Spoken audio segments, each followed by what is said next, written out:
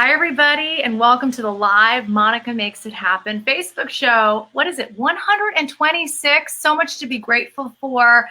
It's been a rough year for so many of us, but Thanksgiving is coming, and this will be your survival guide for Thanksgiving 2020 like no other. Many say it's unprecedented, but we did go through this in 1918, right, with the pandemic. But how do we get through this? How do we still celebrate with our family? We have quite a panel lined up. Let me just tell you, we have a lifestyle influencer, we have an etiquette expert on standby, and we have Butterball with us. They have this really exciting turkey talk line, which I did not know about, but now it's virtual, and she's here, and she'll answer all of our questions, give us some fantastic tips. We're going to get you through this Thanksgiving safe and, of course, grateful, because gratitude is the attitude. But first, I can't wait. You know, we love her on our morning show. She's always on the Pix 11 morning show. But Lamore Seuss is with us. Lamore, we should also mention, thank you, Zoom, right? We love Zoom because they're actually going to give us some free service on Thanksgiving so we can be with our loved ones, all those Zooms that we're going to be doing. But Lamore, you know, we just love you to death. You have 5 special tips, 5 ways to have a yummy, cozy Thanksgiving. Take it away.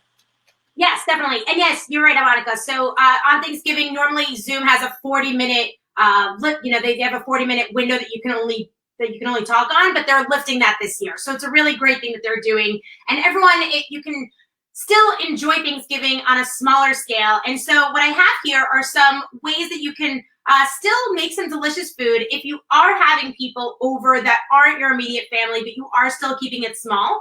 You want to make sure that you're thinking in self-serve. So everything is single serve, single portion. So you're not having people touching the same ladle or the same wine bottle or the same, potluck style dinner that you would normally be used to.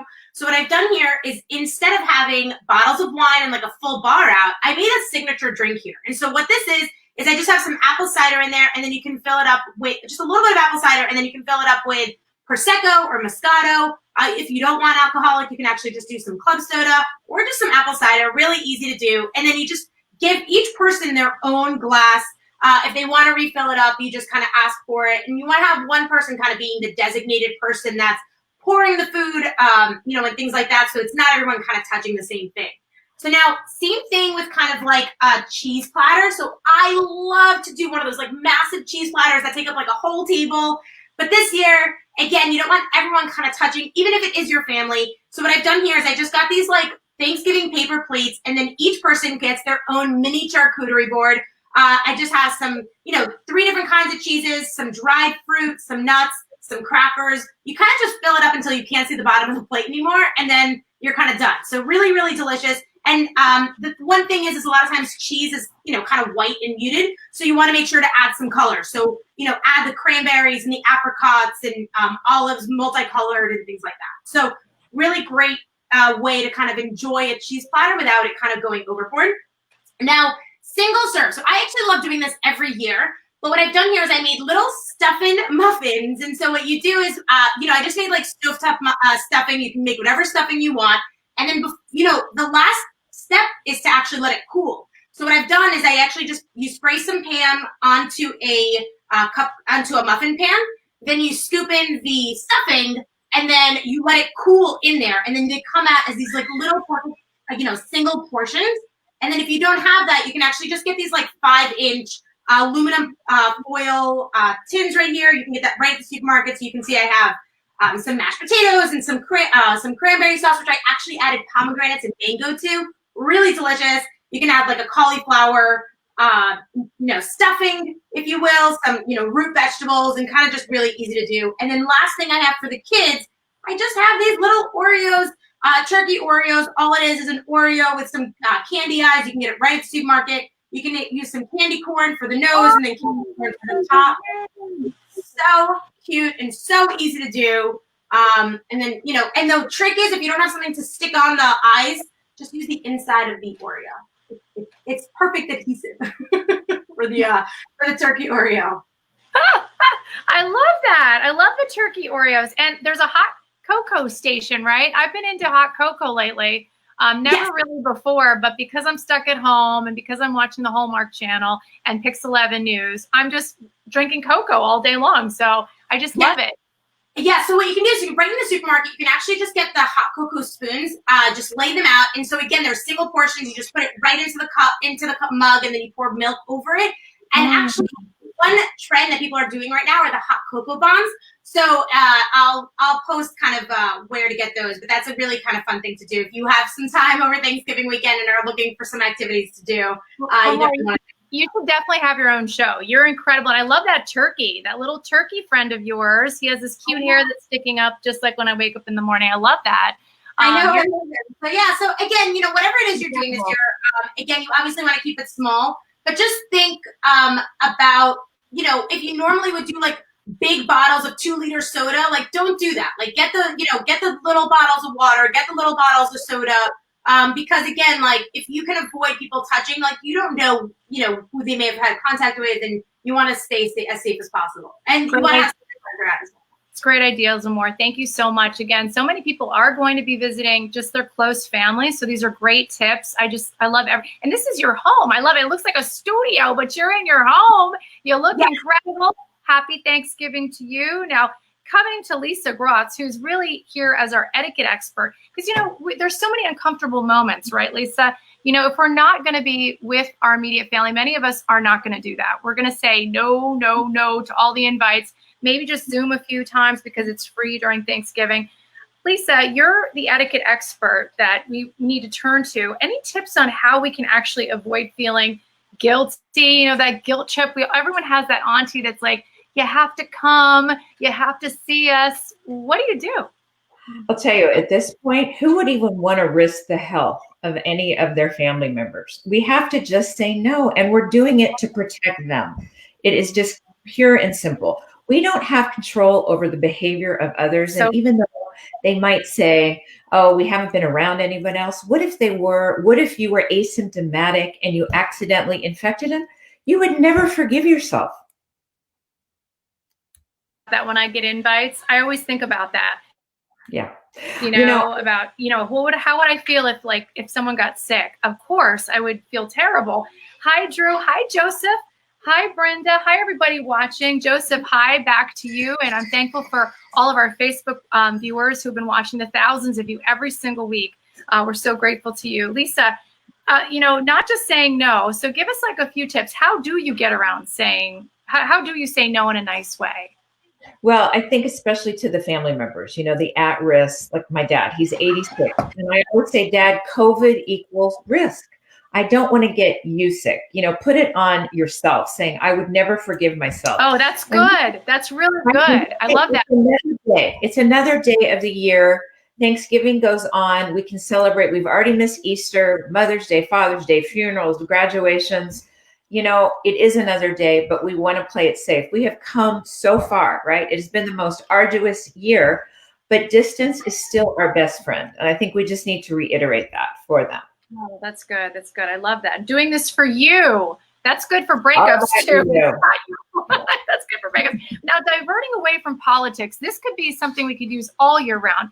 But at Thanksgiving, for some reason, and holidays specifically, relatives think it's a great idea to talk about politics, how do you get around that? Well, any way you slice the turkey, there are always going to be conservatives and liberals. So you're not going to get around it. So we all have to learn in a social situation to agree to disagree, because no one is ever going to agree on anything, right? Look what just happened this last year. 2020 is not even over yet. Who knows what's going to happen? But we have a lot to be thankful for, such as we have a vaccine on the horizon. We can talk about that. We have a president-elect. We can talk about that versus what went wrong. But it's always the topic. Politics, religion, and sex. Those are the top three. So what I like to do is when the conversation— Oh, those are my favorite topics. But yeah, we got it. Those are red button issues. And again, just eat. I just stuff something in my mouth real quick before I say something that might be not what? Nice. It's all about the carb coma on Thanksgiving. Forget about upsetting anyone and stick with the safe topics. Mashed potatoes and gravy. That's about the only thing that mixes well. But we have food. We have family. The latest film. Let's talk about the Queen's Gambit. Or, all the things that are out there. The fall leaves. The last thing you want to do is cause trouble. But as a host, just keep in mind that it's up to you to direct the conversation. You have complete control over it. If someone, even though you have a party of 2, say, or 4, it's up to you when the conversation starts going bad to ugly to move it back to the middle. You can acknowledge it, but then change the subject and move on to something that's clean. So good. And Sandy's saying, yeah, I'll be seeing my family, and yes, we'll continue with our tradition. So they're going to go with the tradition, but no one will control or take away my joy. Wow, I like that. And C Cruz is saying, I'm staying home. Only the people I live with will be attending. That's really, really a good idea, right? See, so we're happy for you. And I guess, she was able to say no to all the right family members so they didn't feel bad about it. But again, how about when you get that text message from that loved one that's like, hey, everybody, come on over, and then starts that chain, that text chain, like, who's coming to my house? What do you do? Do you send a mass text or do you just call? Like, what should I be doing? Well, you can, or you can just not even respond to your messages. But at that point, hopefully, Thanksgiving is 2 days away. I don't know a soul who's traveling. Personally, but when you look on television, you see the airports full. You just have to put it on you and say, you know what, I really don't feel comfortable. I'm at high risk. My husband is older than I am. Make up excuses. Do whatever you have to have. But this is not an excuse to have a party. This is not funny. We don't, we're still at high risk, all of us. And there's so many unknowns still to this date. So I think if you've made your position clear to your friends or family, they will know at this point not to drop in unexpectedly for a piece of pie. That's right, just for a piece of pie. And this will be useful for it's 31 days till Christmas. When you oh my gosh, so we can use all of these tips, the first segment and your etiquette tips for Christmas as well. So we can practice. Thanksgiving can be a trial run, but again, our safety and our health is paramount, and being grateful. That's what I really got from you, Lisa. Thank you so much for all those tips. And now to the guest we have all been waiting for. We've teased her. We've talked about it. We love Butterball. I have a Butterball turkey right now in my refrigerator. My husband's going to cook it because I'm afraid, because I'm a terrible cook. But Butterball, here we are, a talk line. Did you know that they have a talk line? And here she is, Corinne Hayes. You're gorgeous. You are our Butterball Thank you for having me. Hi, tell us all about, how many calls, first of all, do you receive? Like, you're really busy right now. Yes, we are really, gearing up, really getting busy. On average, we help about 100,000 people as our top line is open.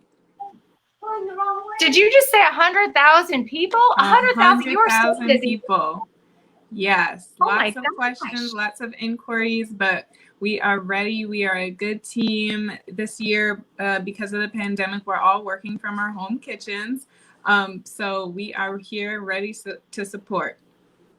Yeah, I see your kitchen back there. You're actually in your kitchen. You got your apron with the Butterball logo. I love that.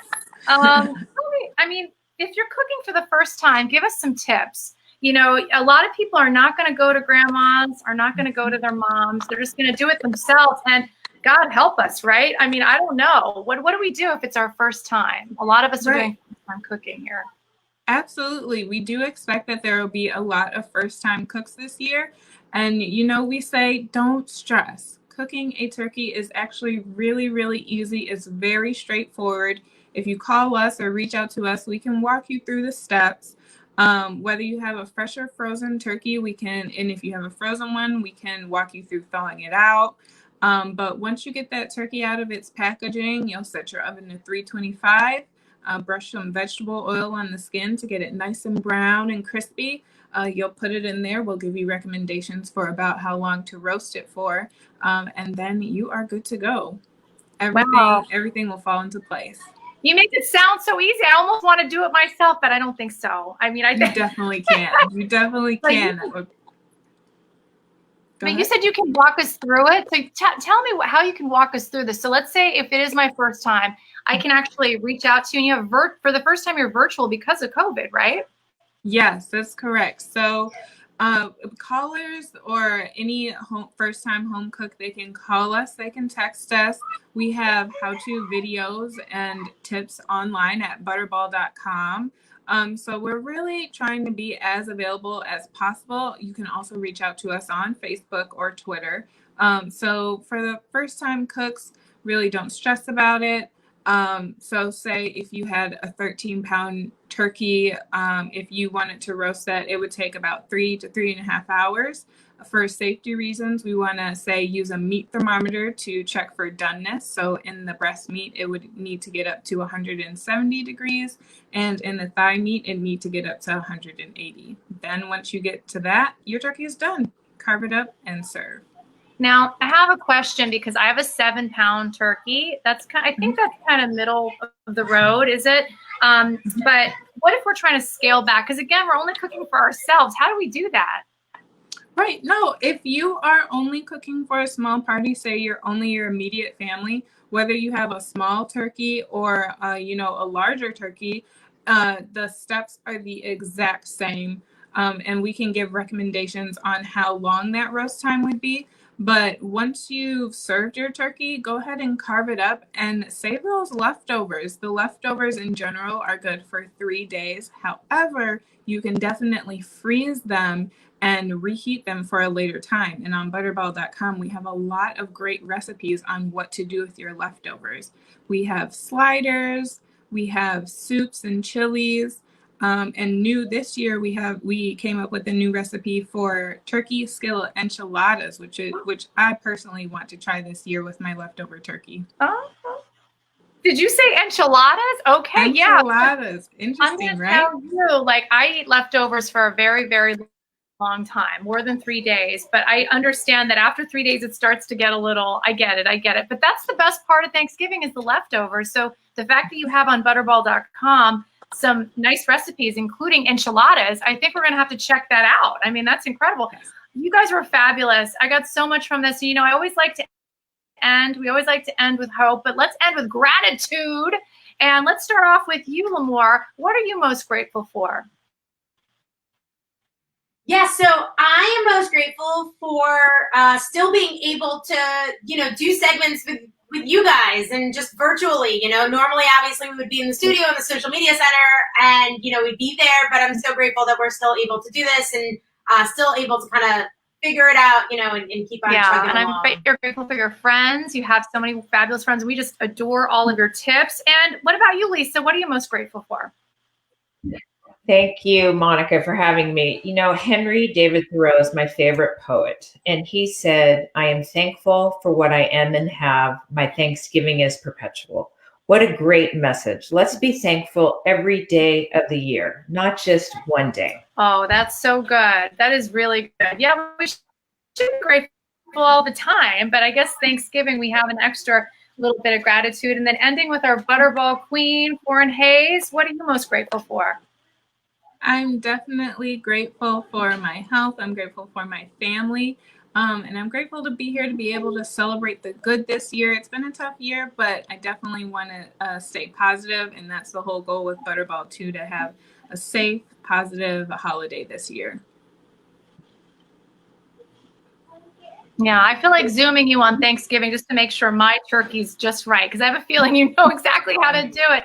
Now, I have to say I'm grateful for my kids. They made these little toilet paper rolls. This is gobble, gobble. Get it? Gobble, gobble. Your twins. And there's little things like this, little crafts that you can do at home with your kids. But I'm just grateful for my producers, Elle and Amanda, who made this a fantastic show. And we're grateful to all of our Facebook viewers out there that have made this consistently such a wonderful show. I'm just so grateful. Gobble, gobble to everybody. And stay healthy. And that's the key, right? Is to take all these tips, stay home, stay safe, and we're going to get through this together, right? We're going to get through this together. That's the key. And don't forget to watch Pix 11, of course, at 5 every night. We're making it happen. Thanks, ladies. Thanks, Monica.